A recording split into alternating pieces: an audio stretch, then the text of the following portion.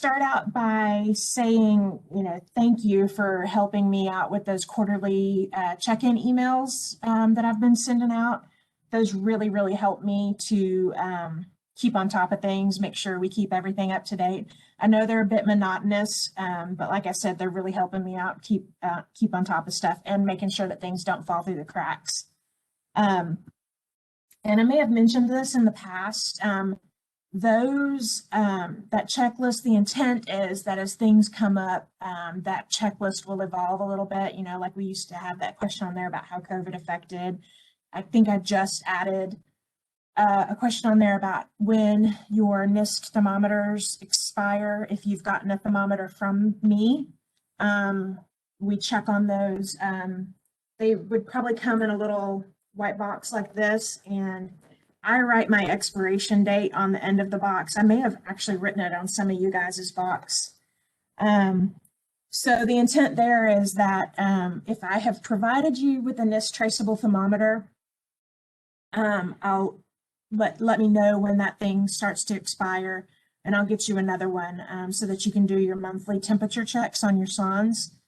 And the reason that we're doing that is it's cheaper to buy a new thermometer than it is to send it off for calibration, and the calibration on the new thermometers lasts for 2 years, whereas paying for a calibration only lasts for 1 year. So that's why we're doing it that way.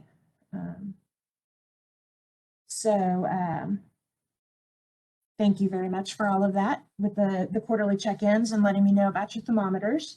So your calibration document that comes inside of this white box, you're going to be looking right here for that due date. That's your expiration date for your thermometers.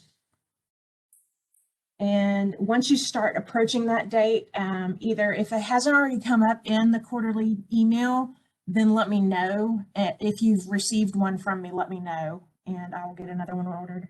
As a matter of fact, I think I have one that I need to order for Lake Livingston here pretty soon. Some other things that are coming up right now. Hong tells me that the sample depth information, the water column depth reporting, has been going really well. And in that vein, we're going to start working on the FY 22-23 QAPP here shortly. So one of the things that we had talked about previously was that for the new QAPP, that we're going to have you guys integrate a line on your field data sheets for the depth of the water column and the sample depth, so that those are now integrated into your field data sheets. Some of you have already done that, and they're in the current QAPP. But when we were speaking with TCQ and with you guys, the deal was that we were going to make sure that that was effective for the FY 22-23 QAPP. So here's an example of our field data sheet for a project, a special project that we're doing. When we have it in the hard copy, we usually don't make electronic data sheets for our special studies because they don't last long enough to worry about creating the electronic field data sheet. So here you can see we've got the, if the site is waitable, we put in the sample depth there. And then we have all the information that we need to figure out, because there's only like 5,000 things you have to remember when you're in the field. So we make notes to ourselves all the time.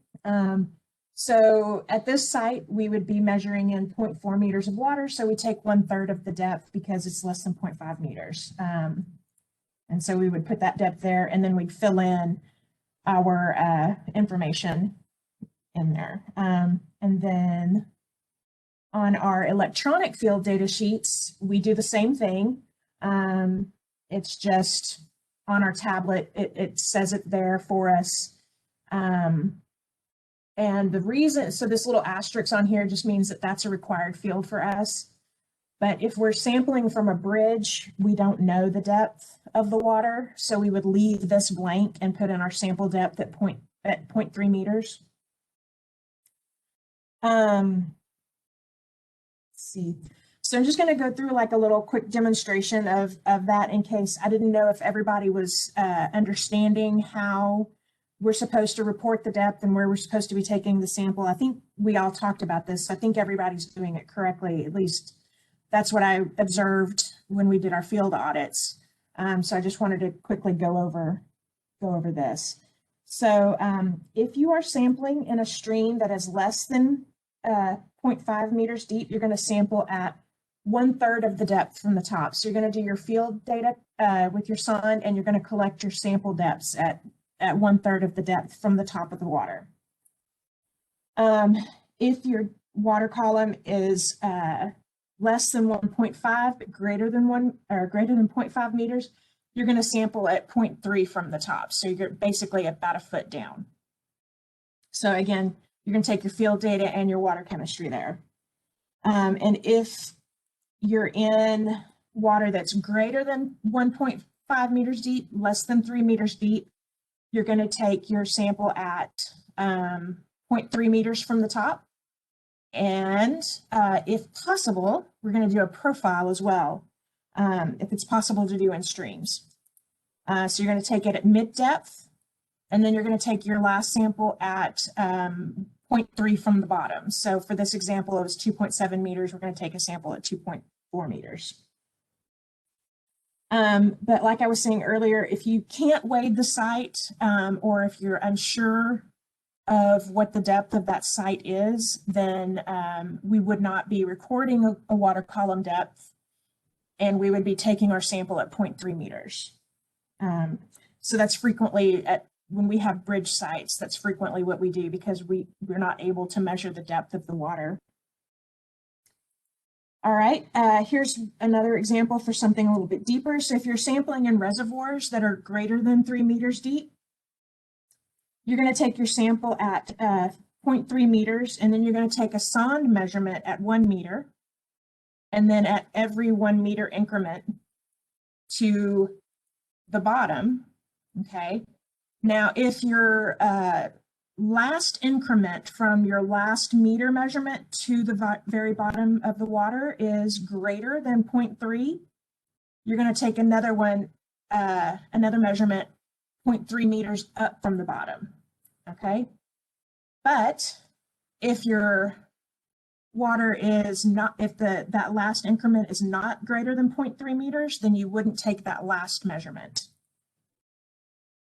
All right, and then if your reservoir is greater than 18 meters deep, you can change these intervals to after that first meter. So you're going to take a measurement at 0.3 meters, 1 meter, and then you can change your intervals to a little bit bigger as long as they're in equal intervals. So you could do 0.3, 1, 2, 4, 6, or 0.3, 1, 3, 6, 9, 12, all the way down to the bottom, and then it's still that bottom distance rule is the same. So if it's greater than 0.3, that bottom interval from the last meter to the bottom, you take a measurement 0.3 from the bottom, or if it's less than, just don't take that last one. So you would just stop at 21 meters. If that sample was 21.2, you would stop your profile at 21 meters.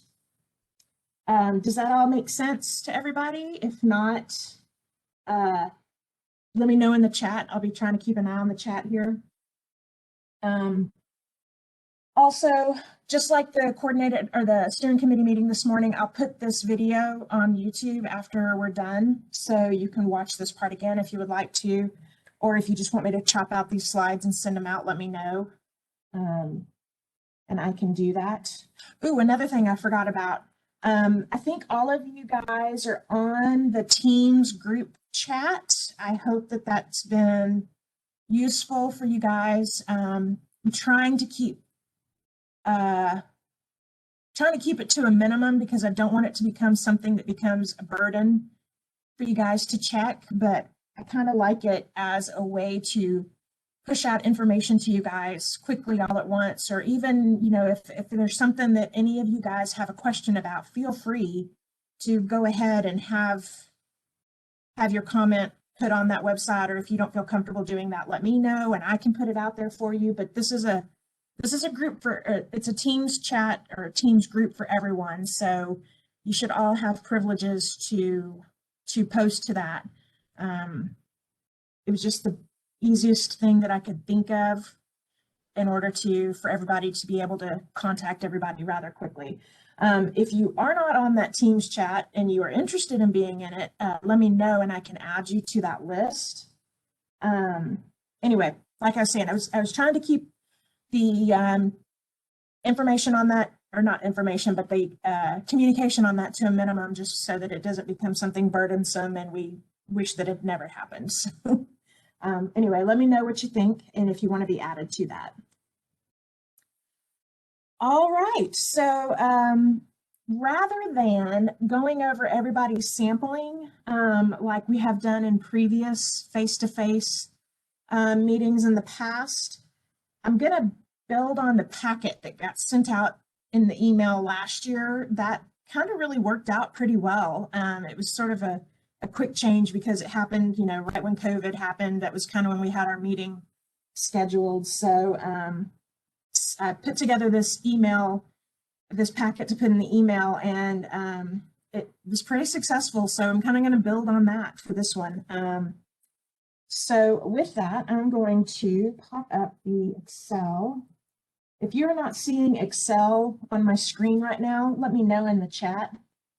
But I'm just going to quickly go over this. I think I sent this packet out to everybody 2 weeks ago, so hopefully you've had a chance to review it a little bit. So this first page of the Excel documents, the tab that's called Full Draft 2020 IR, this is the detail from the TCEQ integrated report for 2020. This is basically the document that I used when I was writing the basin summary report. So it's the most recent TCEQ integrated report. They're currently working on 2022's integrated report. But if you go down through here, you can filter. If you're interested in a specific water body, you can go over here to the filter, click select all. That turns everything off, and then you can click on the water body that you are interested in, and then that'll just pull up that section, so you don't have to wade through the entire document. Okay, let me send that to you, Scott. Let's see. 1 second.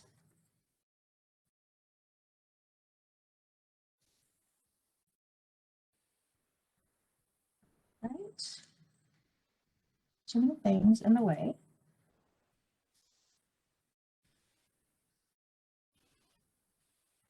All right, Scott, it is winging its way to you.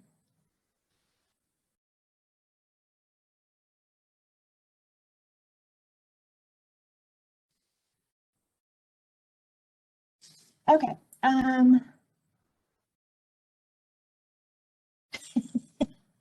I'm not Glenn. So yeah, we have a shared account for WebEx. So it's all under Glenn's name. So I'm pretending to be Glenn today. All right, so let's see. So I think that's everything about this. If you have any questions while I'm going through any of this, please feel free to jump in. I think you're able to unmute yourself if you want to just hop in and say something, or I'm trying to keep an eye on the chat. So yeah, if you have any questions as we go along, just holler. Okay, so this second tab, the summary IR monitoring history, and I should say BSR recommendations, but it says BHR. So this is where all the good information is at. This first set of columns here is the summary of the 2020 integrated report tab. So basically it's the best or worst listing for each assessment unit and use. So for example, here in segment 801, there were no issues with any of the other parameters under general uses, but there was a concern for chlorophyll A. And so I just highlighted the cell for chlorophyll A concern. If there were no issues on anything, I highlighted it with a fully support because there was a fully support for one of the parameters under aquatic life use. So just a very quick way to see what any issues are in that segment or assessment unit. The second block of station or of information here, that is the monitoring by site in each assessment unit by year. And obviously this does not give any indication of what parameters are being sampled or what frequency those are being sampled at, but it is showing that there has been somebody monitoring in that at that station in that assessment unit. So I kind of like the way this is laid out. So in the future, I think I'll just keep building on this, and eventually, I mean, it's going to get so wide, I'll probably have to start chopping off some of these earlier years. But regardless, it kind of shows a history of sampling here. I added in this column here for the draft 22 monitoring. So basically, I've taken what I currently have listed, the draft monitoring schedule for this next year, which would start September 1 of 2021, and indicated who is sampling there. Now, this last column, this is the good stuff. It's kind of a multi-purpose column because I was trying to keep this as narrow as possible, so it would sort of it fits on my screen. So I'm hoping that it fits on other people's screen. So what I've got here is anything that's in black text. Those are just some notes that I thought would be important to know. So basically what I did was I went through the TCQ SWCMIS database, and if there's any monitoring that's associated with the concern or the impairment over here, I've indicated that that's being sampled based on the last couple of years of data that's in the SWCMIS database, okay? Any text that's in red, and I did it again, that's supposed to be the 2020 Basin Summary Report and recommendations, not Basin Highlights Report. So anyway, anything that's in red text is things that I came up with when I was writing that really thick Basin Summary Report. And you can go to, if you do go to that Basin Summary Report, which is on our TRA reports website, so if you go to TRA website, go to Basin Planning, and then go to reports, it'll be on that page. Look for the 2020 Basin Summary Report. So you can go to the chapter for 801C or whatever else, any of these other segments, and you can find the context for that recommendation. So if I, saw that there was any like a mobile home park in a rural area that maybe what I thought might have been on an OSSF, maybe I said something about doing optical brightener testing or something like that, just to try to kind of figure out where some of these impairments may be coming from. So that's where you can find that information. And then let's see, if I go down to right here, okay, any of the cells that are highlighted in yellow, those are cells where there were findings in the integrated report, either concerns or impairments, but there is no current monitoring available to address those concerns or impairments. So overall, I got some notes here to make sure I get the numbers right. Another thing. Some of these you'll see that there's an impairment here and an impairment here. Okay, so for PCBs and dioxins and then for sulfate, but I didn't have this highlighted in yellow. The reason is because for the dioxins and PCB impairments, we cannot address those with our normal routine water quality monitoring. That has to be done with Texas Department of State Health Services fish tissue studies. Okay, so you won't see anything highlighted because of that. For the this sulfate concern or impairment, it's because that that standard is applied as an average of the whole reservoir, and I think there may be a TDS one later on in a reservoir or another segment where I might not have anything highlighted in yellow. So so I've already kind of weeded out those kind of issues. So just sort of keep an eye out for the yellow things. So of the 145 assessment units that we have findings from the 2020 integrated report, there's 36 assessment units that are not being covered by our current monitoring. I think that's pretty good.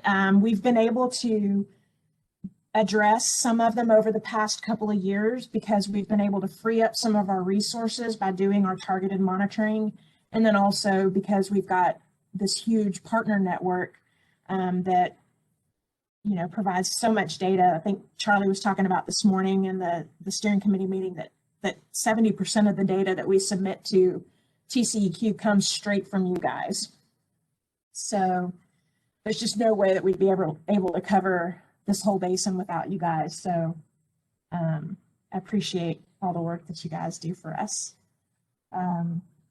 So on to the MONCS 2020 tab, or 22 tab. So this is just the draft monitoring schedule for next year. Let's see. So this is where if you have any changes that you need to make, some of you have already told me about your changes, and I've left one of them up here. Let's see, let's find City of Arlington. So the City of Arlington, I've gone ahead and updated their frequency for the field, flow, and bacteria from monthly to quarterly because it was erroneously marked as monthly in my monitoring schedule. It should have been quarterly, and we're fixing that. So basically, if you need to make a change, just highlight the cell that you've changed, put your correct information in there, and then come over here in the comments column and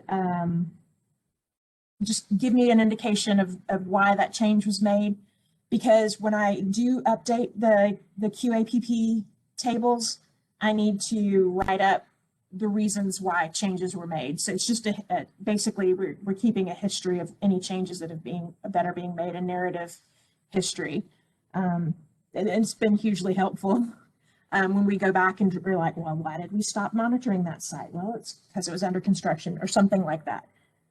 So yeah, you can put something in there. If you're going to be deleting a station, you know, you can just come up here and either, you know, strike this out, you know, with change the font to strike out, or just put in over here, delete this station because they're doing construction and we can't access it anymore. And then if you're adding a station to replace that, we could say this new station is taking the place of station 1, 2, 3, 4, 5 that was dropped because of construction.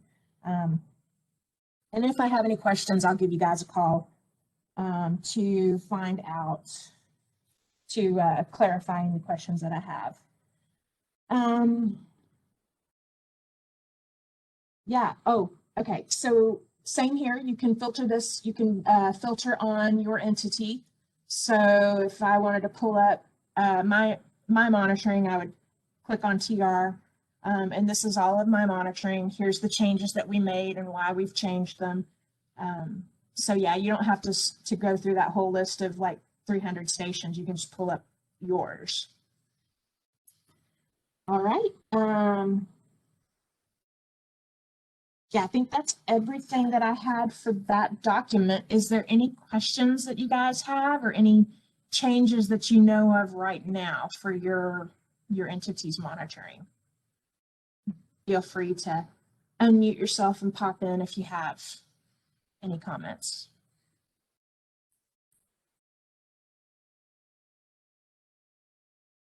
Angela, this is Chandani with City of Grand Prairie. Can you hear me? Yeah, I can barely hear you, but I can hear you. Okay, my question is, if one of our sites is not accessible due to construction and we don't really know how long that construction is going to be, can, instead of just stopping to sample, can we choose to just pause for however many months that may be, or do we have to identify a replacement location? I'm going to give you my take on it, and then I will also ask Becca DuPont to pop in and if she has a different opinion here. That has happened in the past, and normally if we've got monitoring listed and we need to pause. That gets written into the data review checklist and the affected data table that we send to TCEQ. So we would notify them that that monitoring hasn't taken place because of construction, because we've gotten that information from you. But Becca, can you weigh in and let us know what your preference or opinion is on this? Hey, can you hear me, Angela? I can, yes. Okay, awesome.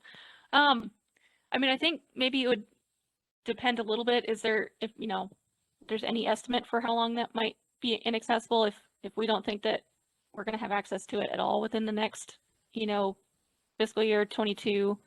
I don't really see an issue with removing it temporarily, and then if we could always add that in when we do the the summer appendix update. Or like you said, we have the option, you can leave it in the QAPP, and then we would just make a note of, why we're not seeing that data come through. Okay. In that data summary.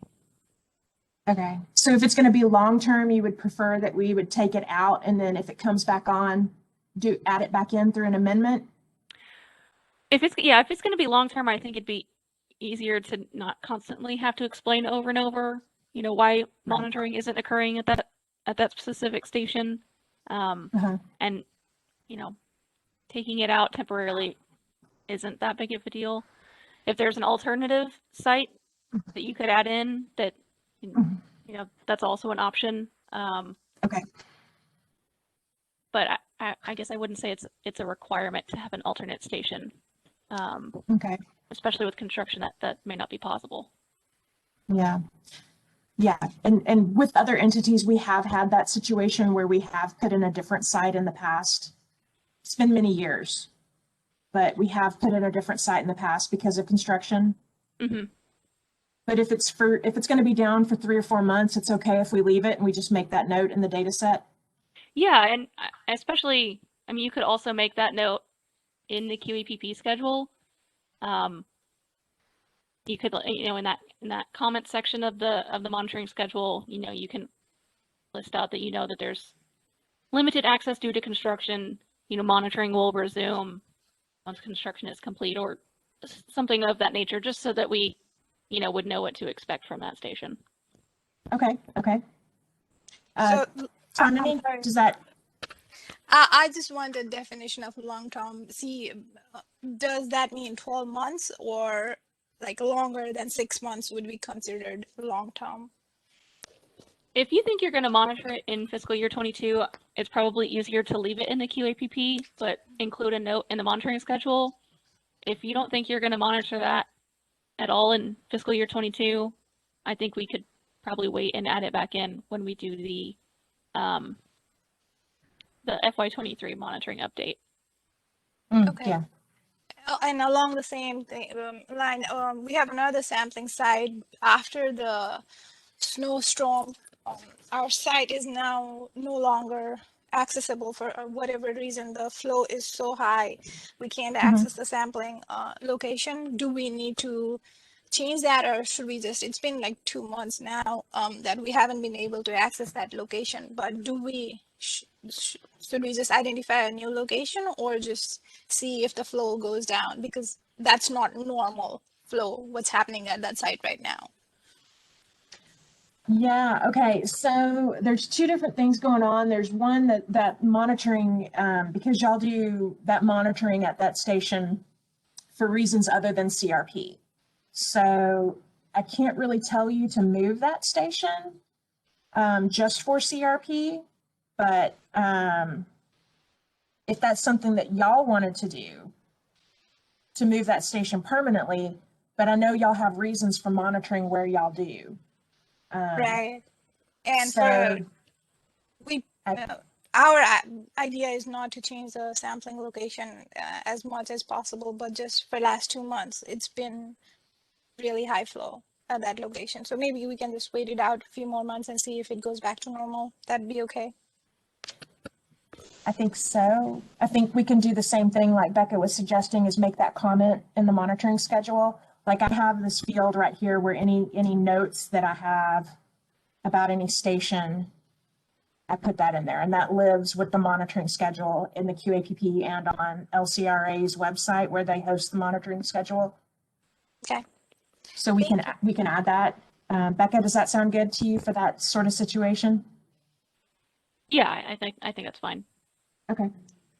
Thank you. All right. Okay. Hi, Angela.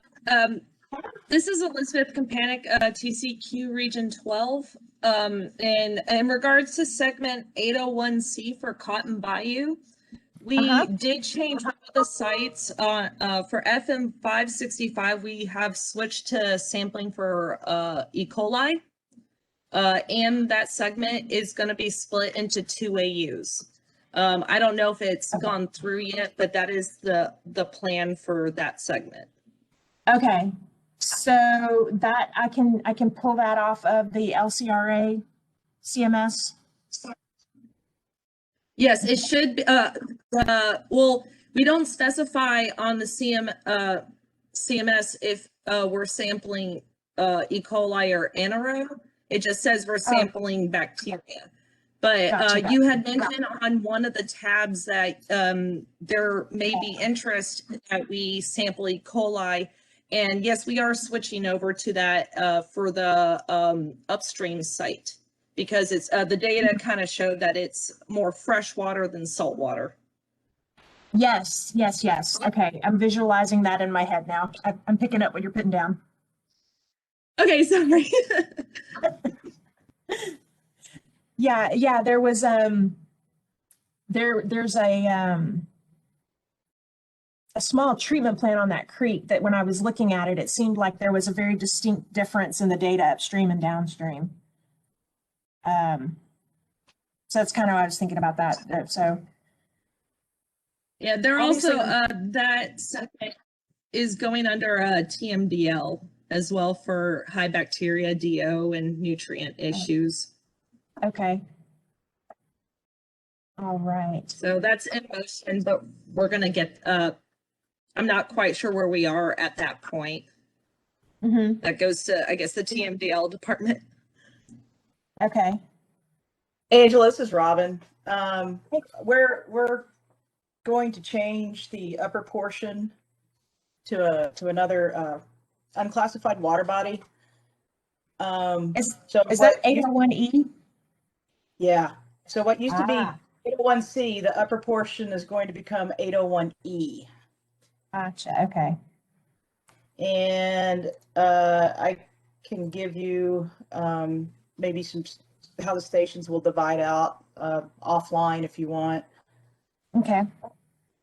So basically it will create an above tidal portion on 801C called 801E. Got it. Okay.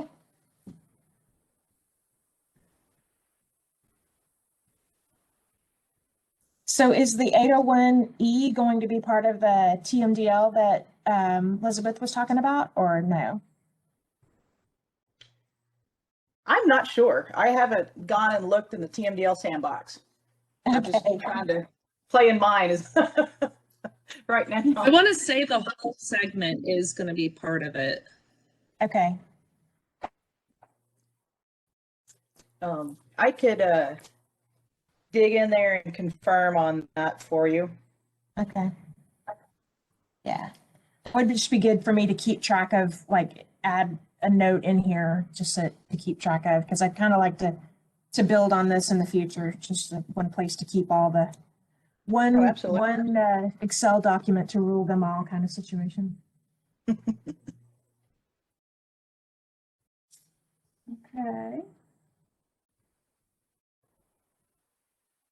All right.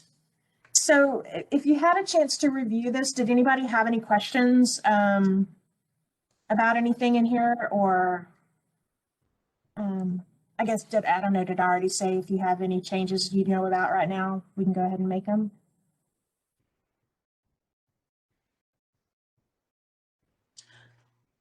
Well, Angela, it's Robin again. This is my first Trinity coordinated meeting, and so I wasn't really sure of how you guys do this, if you go through it segment by segment or. We have in the past, but so most of our partners have a pretty fixed monitoring schedule because they do monitoring for reasons other than CRP, and it just happens to fit in the CRP world or the routine sampling world. So their monitoring is not as flexible as ours. So when we have gone through in the past, I kind of feel like maybe some of our partners didn't really get a lot out of it, just because they weren't able to move sites around to address stuff like this. So that's kind of when last year when we had to very quickly switch tack from an in-person meeting to online world, I created this document, and it seemed to have worked out pretty well, which had all of my notes and everything about where additional monitoring would have been needed. So that's kind of why I'm leaning towards that. I mean, we can go over some things if people have questions, but because No, most of our, as I was prepping for the 2022 integrated report, I was kind of looking at some of the, the 2020 integrated report and then looking at the coordinated monitoring schedule as it was. And I had a couple of things I was going to see if maybe I could drum up any interest in anybody maybe picking up or taking a look at, or maybe had some, boots on the ground, so to speak, insight into things. And I did, if this is an appropriate time, I absolutely. Lady. Yeah, go for it. Okay. 804G Catfish Creek.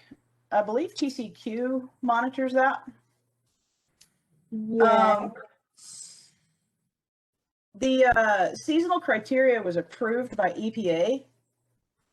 So this water body is going to be moved into category 5C, and we're going to need some 24-hour DO monitoring to remove the listing. Okay. I didn't know if I could see if anybody was interested in taking on that challenge. Let me pull up and make this note. Hey, Robin, this is Lauren. Can you hear me? Yes. So I think that's Mike Van Buskirk's site. I'd have to check with him. I don't think he's on the call today.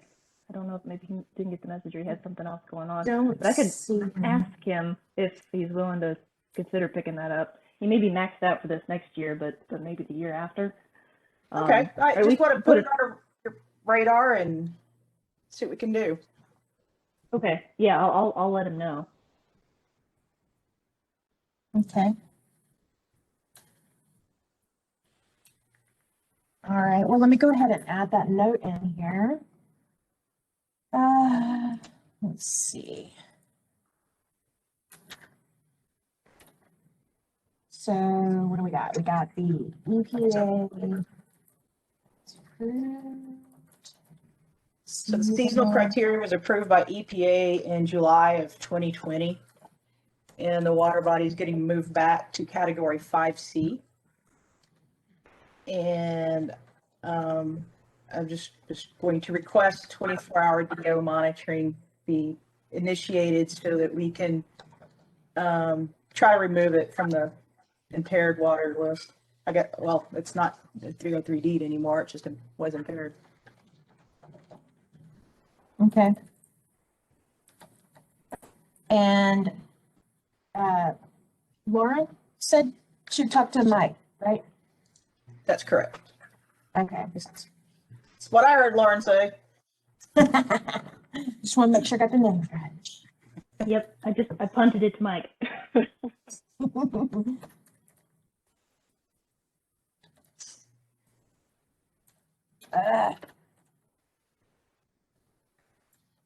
All right, my mouse has moved. I can't function properly. It's all right. It gives me time to go through my little spreadsheets. All right, I'm gonna make that green. Okay. Um, need to look into this one. 826 Grapevine Lake, assessment unit 7. Okay, 826. Yes. There was some questions looking at it that the pH may be affected by being in the sampling taking place in a transition zone. So I wanted to see what maybe you guys thought about collecting pH, maybe from a more representative site, or a site that's more representative of the entire assessment unit. Baby, we already got you. Let me pull up. Okay, so this is, can you see the Google Earth on here now? Not yet. There it is. Okay, all right. So, let me, TRA, okay. This is 804, or 82607. And we've put a site in here in the middle, closer to the more open water body, or more open water portion of the reservoir. We've taken 2 samples there so far. That was added for 2020. All right. Oh, this is the one that Robin Pugh called me about. I had marked, no, that's not this one. I had, in my monitoring schedule, I had marked, we're sampling down here at 16114, but I had accidentally put in the station number for 16112. So I do need to do a data correction request for that one data point that's already in there. But yes, no, this is the site. We just added this site for 2020, and we've collected 2 stations, or 2 samples there. All right. Sounds good. So does that look good to you, or are you thinking something a little bit different? Because I think, let me look at the other monitoring. Yeah, all the other stations were way up here in this Right. transition zone. No, that looks great to me. That, that's going to be more representative, I think, of the assessment unit as a whole than, Okay. up there in that transition area. Yeah, our thought there, the reason we moved it to that location is because it captures everything coming down all of these tribs. Cool. Hey, Angela, So- what was the data correction you said you needed to do? Yeah, so last week, Robin Pugh called me and she asked why we were doing monitoring at station 16112, which is here, which is what she's doing. Okay, gotcha. And when I looked at the monitoring schedule, I realized that the description for what I called TRA sampling at 16112, our intent was that we would sample at 16114. Okay, I gotcha. had the description for 16114 and the lat long for 16114, but I typed in 16112, just total typo. So Hey, Angie. we've been collecting the data down here at the proper site. So basically what I need to do is an amendment to change that and a data correction for the one data point that we've already submitted to you. Okay, sounds good. I just wanted to make notes so that I can plan Yeah, I've got it on for that to my, come through. I got it on my to-do list. Hey, Angie, is this a good time to bring up that AU question Which one? for the lower end of Denton Creek and the upper end of Grapevine Lake? Yeah, you're gonna have to take it because I've got Okay. no recollection. Can you give me control real quick? Yes, maybe. Well, I don't think I can. This is not Teams. Okay, so Robin, we wanted to point out to you at some point that so if you look at the upper end of Grapevine Lake, when Grapevine Lake is high, it actually inundates all the way back way past 377. Okay, I'm If you look- recalling. And if you look at this spot here that I'm circling with my mouse that no one can see except me, can you do that? Decrease, Tell me where to put. Yeah, decrease, and here's can, decrease right here. So it may make sense to split that assessment unit.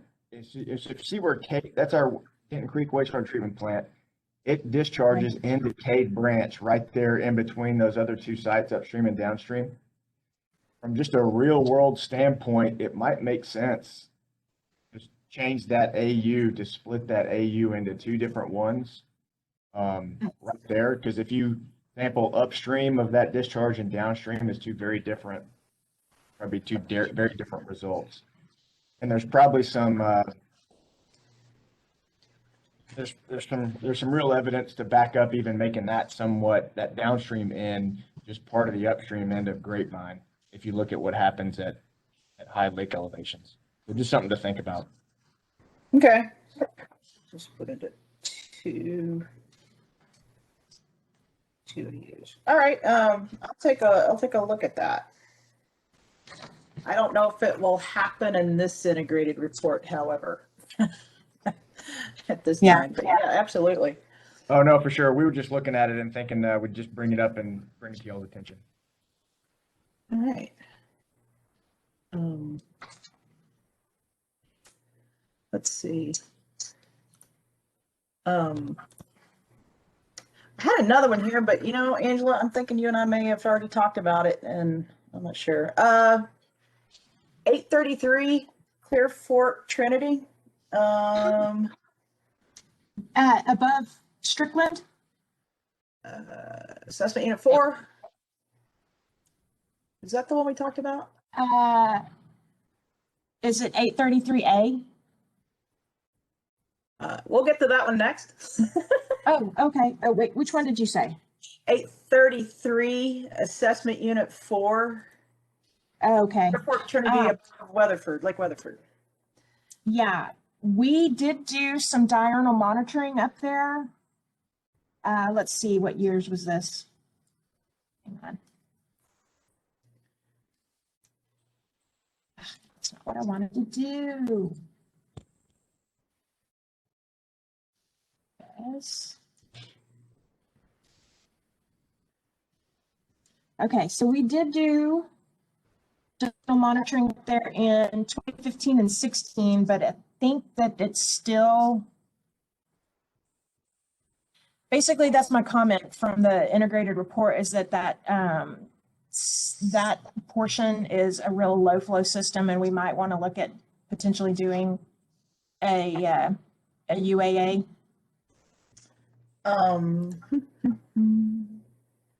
Because that stream, we had, if I'm remembering correctly, and I think I am, it's a really flashy system, and even I feel like we scouted it after a huge rain event, and the stream bed was already dry a couple of times up there immediately after rain. Right. I looked through the basin summary, and indicates this portion was dry during 2015-16 during a 24-hour DO collection attempt. And so you're recommending that this may be up for a standards review? Maybe, because I mean, it's I believe it's showing that it should be a high aquatic life use.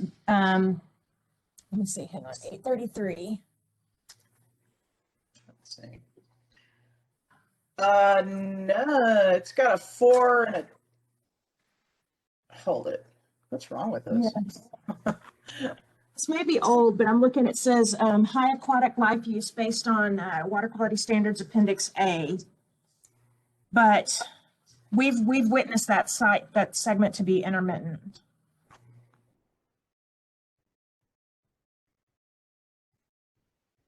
Was it not during unusual drought or? Well, the drought extended into 2015, and then we started getting all that rain. So it actually got both drought and flood years. Are you recommending that we go back and do more diurnals up there? Maybe? Well, like I said, you're sort of the boots on the ground, but I want to make sure that what you saw as dry wasn't a product of an extended drought. And if it's not droughty anymore, I don't know, is that area conducive to just a drive-by on your way It's somewhere? kind It's I'm not kind of saying out there. Yeah. So if you're gonna go get a hamburger or something, you could just drive by on your way to Dairy Queen. I don't, you know. Hey, this is Robin Pugh. I can do a drive-by up in there. Okay. Yeah. Let's see. What do I need to turn off? This one, turn this one back on. No, this one. Okay, 3304. Wait, this way. Okay.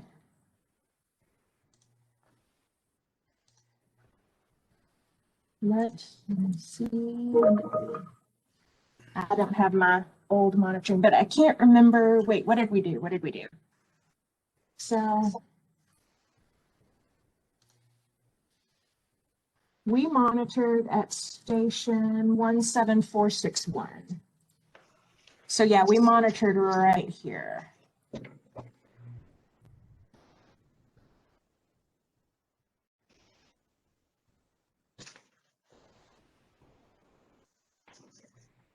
Yeah.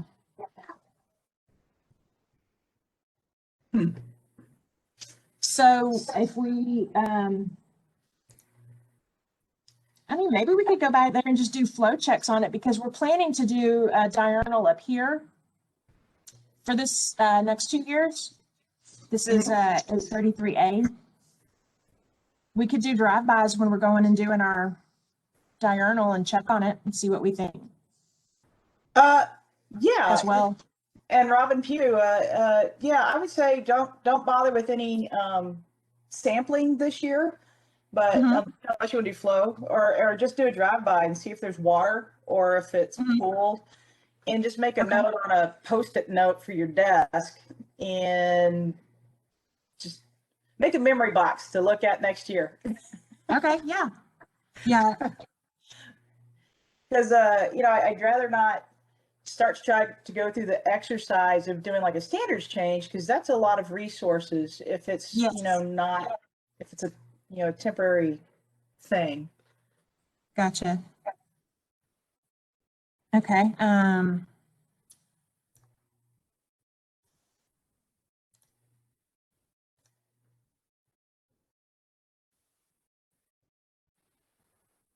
Will that work with your schedule, Robin? I'm sorry, what'd you say? Will that work for you? Just, is that anywhere on your way going and coming? Anywhere along the length of that water body? It's a swing through, like I'd have to deviate from a path, but it's not too bad. I can go through there. No problem. Yeah. Okay. Well, if you need a reason to, you know, get away from the computer, I'll back you up. I mean, it's not too far from my house either. You know. Okay. I just had a thought. Since, I mean, we are going to be in this neck of the woods, just to build on what Robin would be checking on. What if we just added this to the monitoring schedule as just getting a flow severity only? What do you think about that? Sure. I don't think that's on the schedule like that. It just says flow monitoring. Yeah, but I would put a note in the comments that would be like flow severity, or, I mean, I guess. You're right. Heck, we could probably take a flow there. It's waitable, so we could take a flow. Yeah, I'd say just anywhere up along the length too, that you can, you know, I don't know how many bridge crossings or whatever there is, so you can confirm. Oh, And it's just that's that the only part. one. That's it. All right. Yeah, that's it. The next one up, you're in the different AU. You're actually, yeah. Well, I don't think you're monitoring anywhere on 833. On We the, are not. there's nothing we're on the not entire used link. here. No, not for 2020, but for 2021, we're going to add a diurnal monitoring on 833A. Okay. So we'll be And- in that area 5 times a year. Okay. Cool. All righty. And 833A was my next one, so thank you. Okay. Let's see. Yes. I think that's, Yeah, so I've got a note here. So we're going to do diurnals, E. coli, chlorophyll, nitrate, and total phos. Just because anytime I do chlorophyll, I kind of want to know what the nutrients are doing. and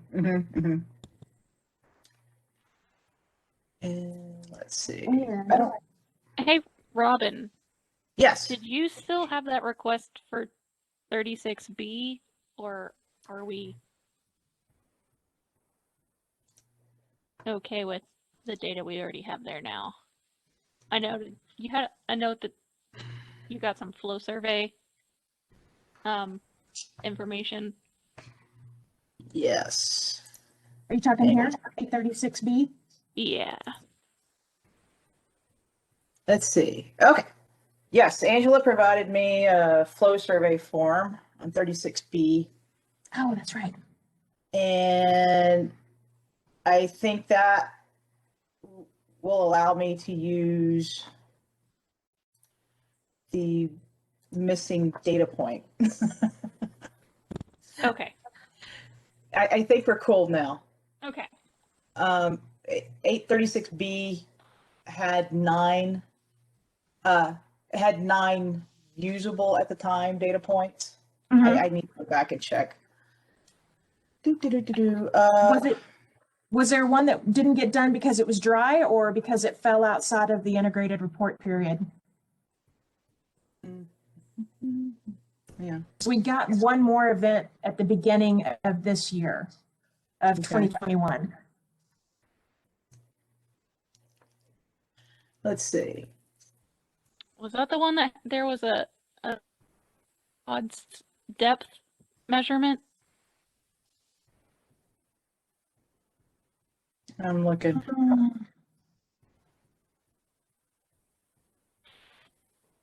I think I have a note here. 833. 833 was the one with the odd depth Okay. measurement at station 11062. Yeah, It had a depth of 2.1 meters. That's the one that I think, once you confirmed it. a pool, I believe there was a pool Sorry about that. at one point. But if you're talking about the 836B, Yeah. there should be a total of 10 samples. Where's that note?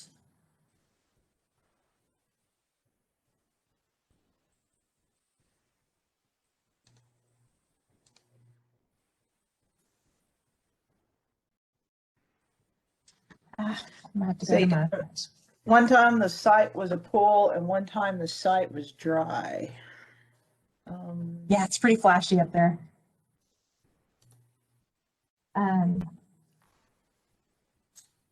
Sorry, guys. I'm working on it. You're good, Robin. So much fun. So, tell me what you did with your day. Well, I waited a lot.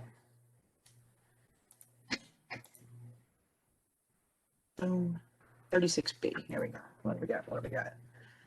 All right. Okay, there's 5 samples. When I was doing my review, there was 5 samples for 24-hour DO.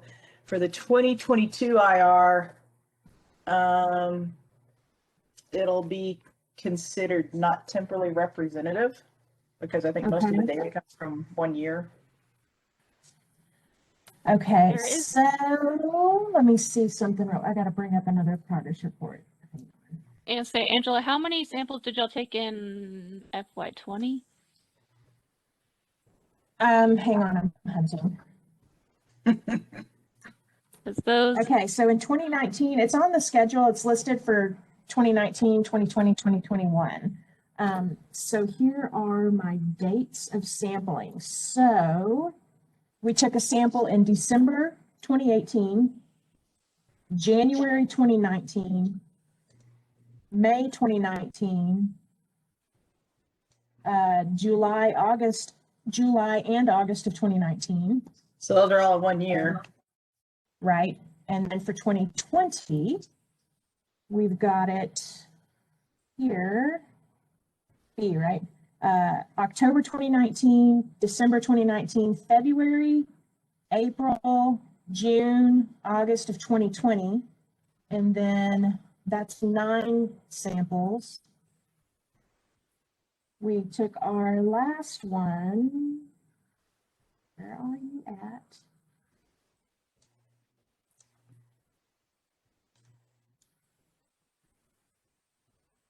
Oh my gosh, where's it at? There it is. Okay. Yeah, November of 2020. So we took all of our samples in 2019 and 2020. But Okay. so if it might not have come up, but because we took, we didn't get started until October of 2018. So we had one more sample in order to get the full 10. We had to get one more sample in 2021. FY21. Okay. And I'm We going to still have assume it's some- on the same schedule as 836 B, C, and D are on the same schedule for Yes. 24-hour D. Okay. Yes.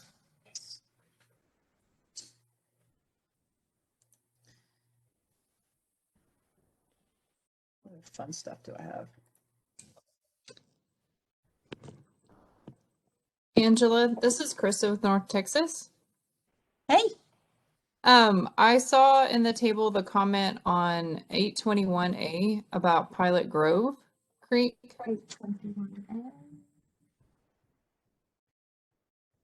Okay. We already have 2 sites upstream of that one, and then Okay. one on Indian Creek. Okay, let me pull. That's part of the watershed plan. Okay. Okay, hold on, let me just get there. 21A. Station 21. Okay, gotcha. All right, so we're right here. Yep. Okay, so you've got 2 other stations upstream of here that you're doing under the Correct. watershed protection? Okay. Correct. And we can send that data to you if you'd like to look at it. I would love to look at it. Yep. Yes. Yep. And then we have one on the east side for that Indian Creek. That's one of our sites too. Okay. Yeah, I would love to look at it just to see what it shows in comparison to what I was looking at for the basin summary report. Yes, ma'am. Awesome. Thank you. Mm-hmm.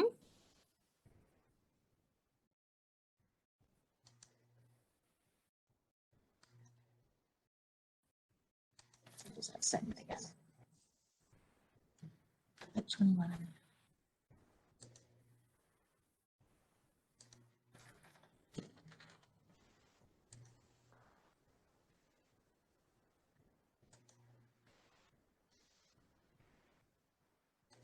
Okay.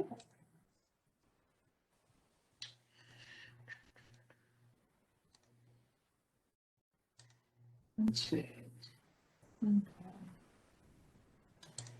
So did I need to do anything else for the 836 B, C, and D, or can y'all pull No, in that more recent? Yeah, I just wanted to make sure that we were gonna finish up, putting that much effort in, already having Mhm. 5 samples. I wanted to make sure that, that wasn't gonna be wasted. And it sounds like you're gonna, get the whole thing. So great. Yeah, there should be a total of 10 already. There's been 10 samples collected, so all 10 should be showing up in the database. All right. we still have some of that data in with data management. So that may be why you're not quite seeing 10 yet. Yeah, I think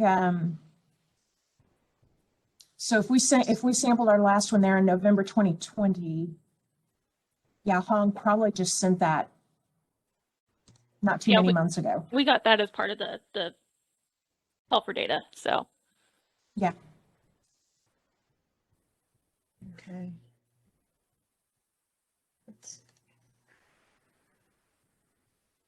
I just had a question. Again, when doing the prep and looking through and seeing how much data were available, again, not all the data were in.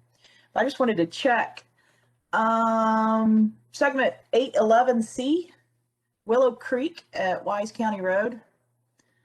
It's Tarrant Regional. Yeah, it says it's on the CMS for 6 times a year. But our database only had 3 samples, and I wanted to see if there was an issue. I think, do we have C? 811C, Assessment Unit 1, Willow Creek at Wise County Road. Wise County CMS. Here we go. 6 times a year. When did they start sampling? Okay, so there should be data in there from 2019. Do we have anybody from Tarrant Regional on the line?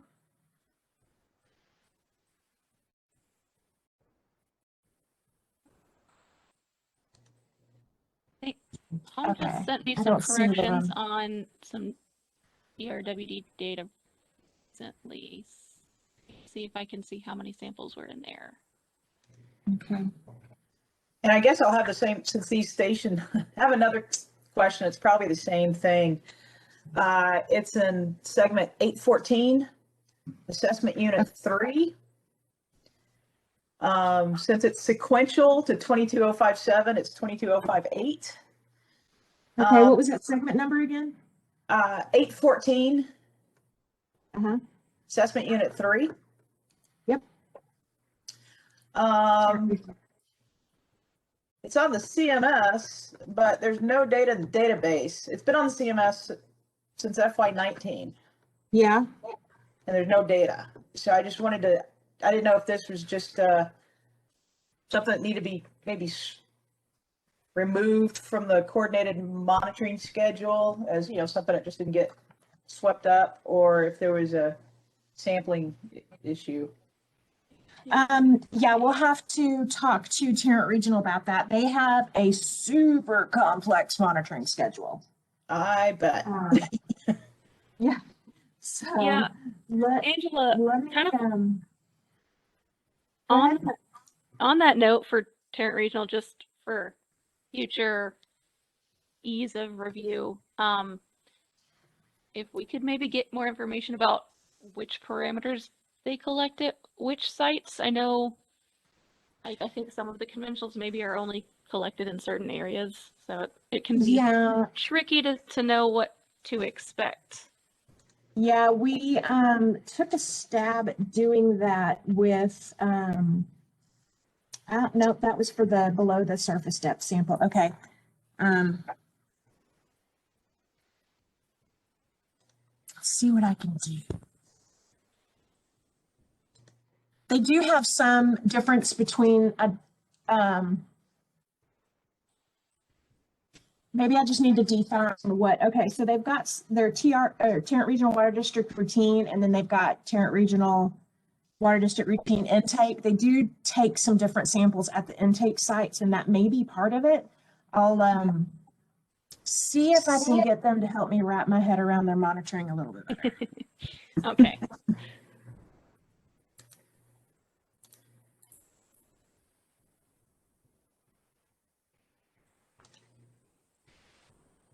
May just have to do like a foot table, a footnote table.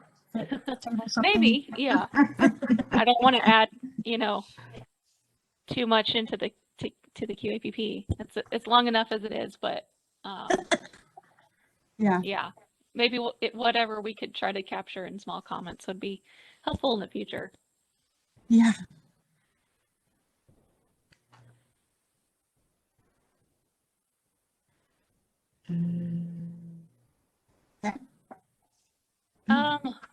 So I have a couple of requests from our, we reach out to our permitting section before we get into coordinated monitoring season to see if there's any requests that would be helpful to them.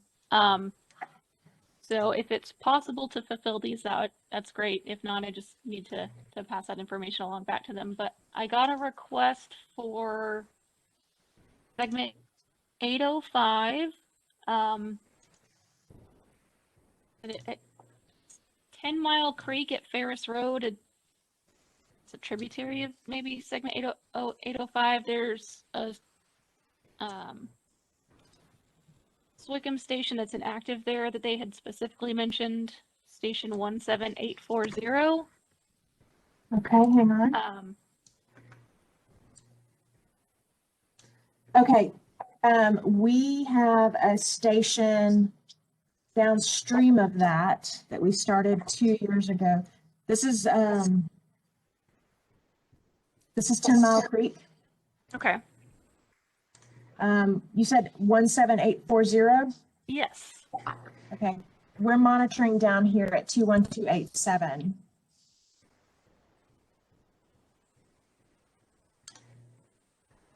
What do y'all need?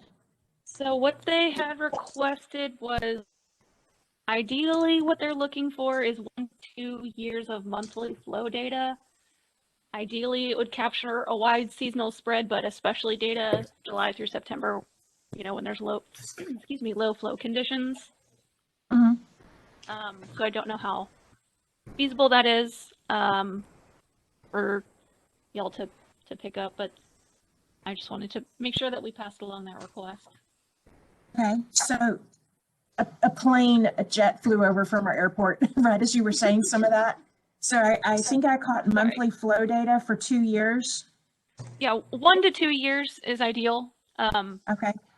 Making sure to capture seasonal variety, but especially data during July through September. Okay. Okay. So yeah, they had requested basically that sort of flow monitoring was requested at station 17840. And then also on Cottonwood Creek, which is 827B at station 17843. Okay, hang on.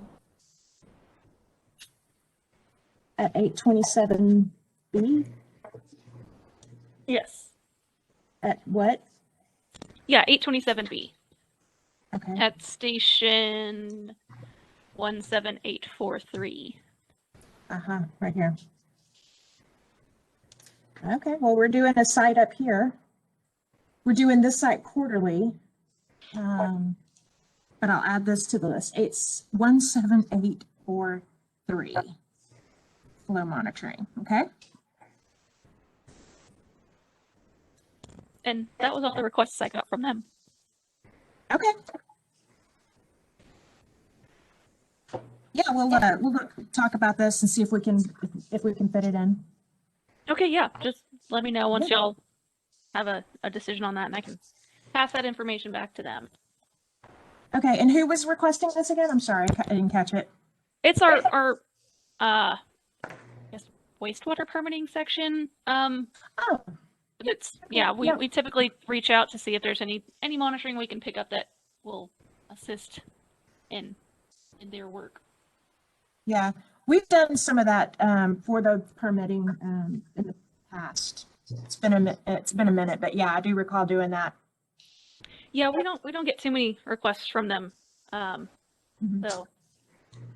But it's nice when we can pick those up for them. Yeah, absolutely.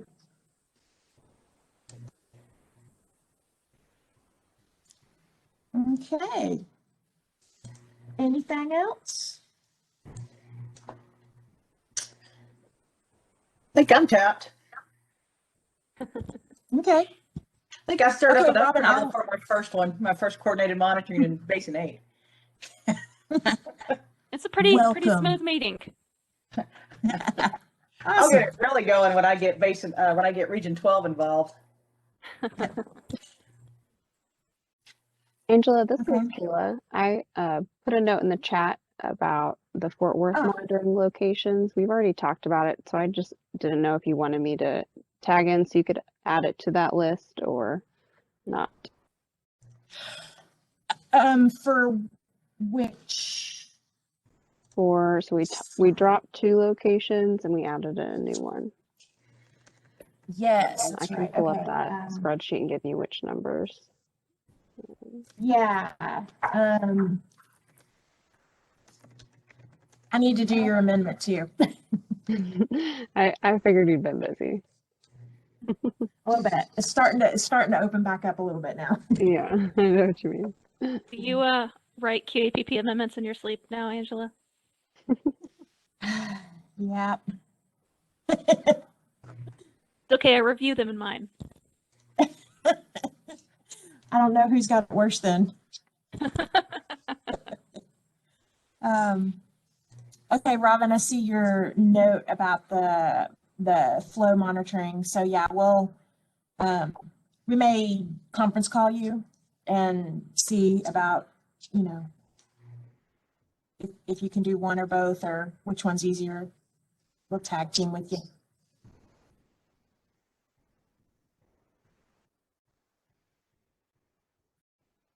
And that's you, Robin Pugh. That's not me. Right, yes. That's gonna be a heck of a commute. Yeah, I heard it. I had some background noise earlier, so I had to chat. Robin, see, you better pack a lunch.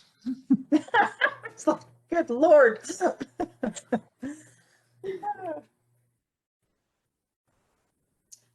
Forgot about that.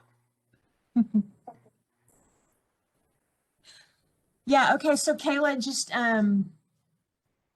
I'll make a note to call you because I can probably I do have an amendment that I need to start writing for a couple other things, and I may just be able to wrap all of your stuff in with it. Okay. And so I'll get in touch with you We when I get finally ready to got do all that. of our CRP, or not CRP, survey 1, 2, 3 changes made also. So I included those updated screenshots in the amendment I sent you back. So just let me Okay. know if there are any issues with that as well. Okay, awesome.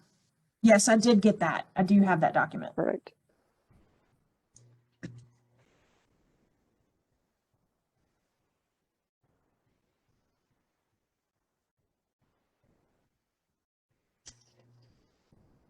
Okay, does anybody have anything else or?